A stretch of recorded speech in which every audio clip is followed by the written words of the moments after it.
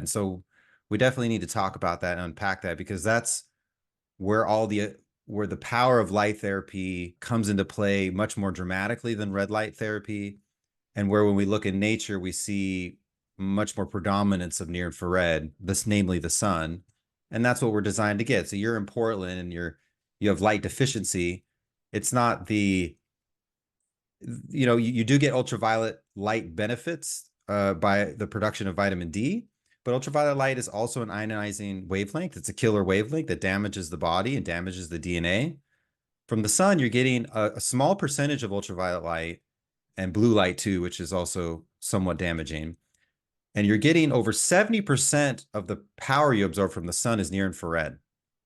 And that has to do with it being the largest portion of the sun spectrum, but also because near infrared is the deepest penetrating of all wavelengths. So when we're out in the sun, it's mostly a near infrared experience. And we're in the sun, we're getting some ultraviolet and blue, but all the free radicals and any of the damage that's being caused by ultraviolet light is being completely reversed and healed and corrected by the overwhelming amount of the healing near infrared. So this is, and it has so many other benefits to the body. Near infrared light stimulates melatonin production in the cells. This is the body's #1 antioxidant. So cellular melatonin, it's like 94% of it is produced by near infrared light. It's not blood-based. It's not coming from the pineal gland. It's another example of how we're beings of light, and we have a light diet we're supposed to consume each day, and that is a lot of sunlight. And if we don't get that, we need to be thinking about how can we replace that. And that's kind of what we're doing here. That's what Dr. Kellogg figured out, even though Dr. Kellogg was using clear bulbs. This is that the best way to mimic nature in terms of man-made light technology still today is actually incandescent light. And it has a lot of differences from LED light and from fluorescent light. And it's all about knowing, understanding and nodding to nature's wisdom. There's a certain form of light that nature produces that's what we call incandescent light. It's full spectrum light with a very particular power curve shape that you can see on our website on sauna.space, wherein you have not just a little bit of red or a little bit of near infrared like you have from LED light therapy panels. You have this entourage effect from all of the wavelengths together in a power distribution. It's what we're designed to get. And if we look at the sun's light and we take out the ultraviolet and the blue, we're left with what we call the firelight spectrum. And so that's what our bulbs do. This is the firelight spectrum. It's why you feel good in front of the sun.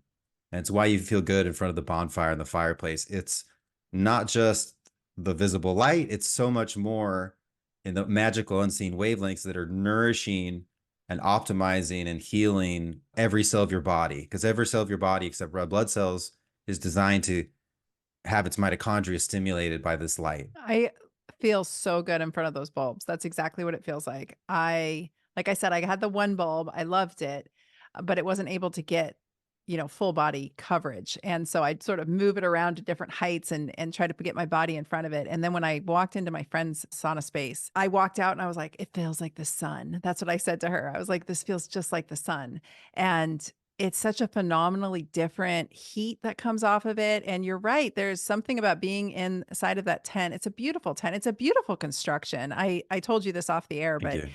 it's really beautiful. Putting it together was so fun. And I could see the craftsmanship and the thought that went into it. And I'm not saying that to blow steam up anywhere. It's really a beautiful, well thought out product. And you go in and you're bathed in light. It makes perfect sense. I'm a naturopathic physician, so I know about this Mhm. electric light bath.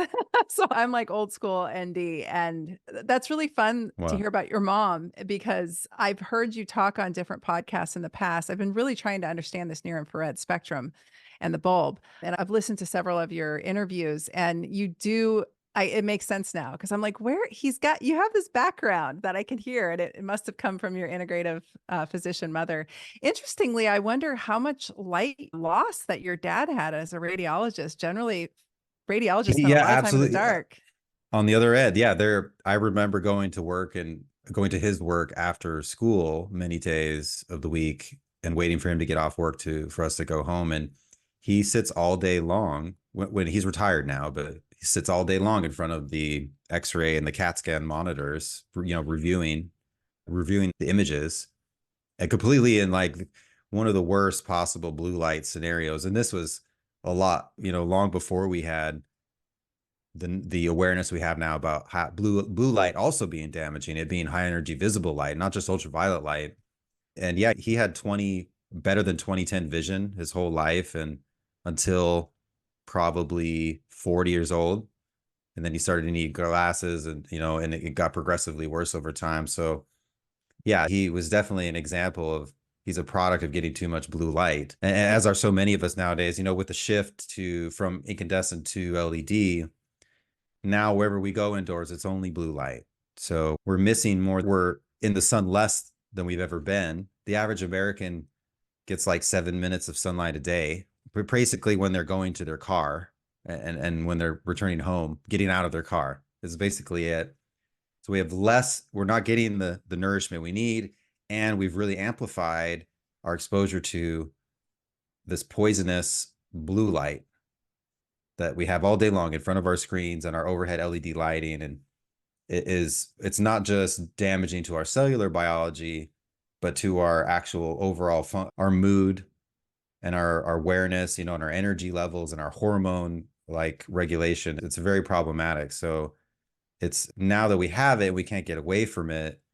What do we do? That's what's really cool about my products, whether it's the sauna panel or it's the portable light, is what I realized actually with a colleague of mine, Brian Hoyer of Shielded Healing. He's a building biologist. As we were testing one day with some spectrometers, and we realized that the light for this firelight spectrum from our bulbs cancels out measurable blue light and cancels out measurable flickering light.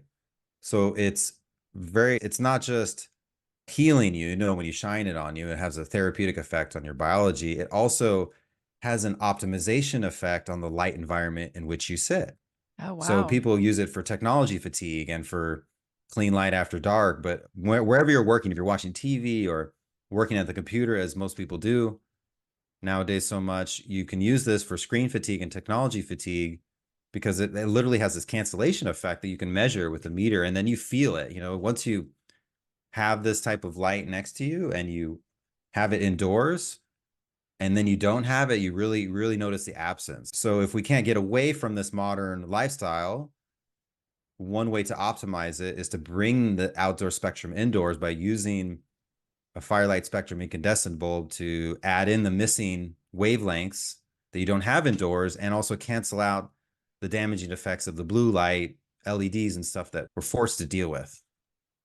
We really are bathed all day. I am old enough to remember when they started phasing out incandescent and they started trying to convince us that fluorescent and halogen and LEDs, and then everything was LEDs, right? Now we don't even have, well, I'm so old that I didn't even know LED panels in the ceilings were like just a little disc that sort of stuck up there.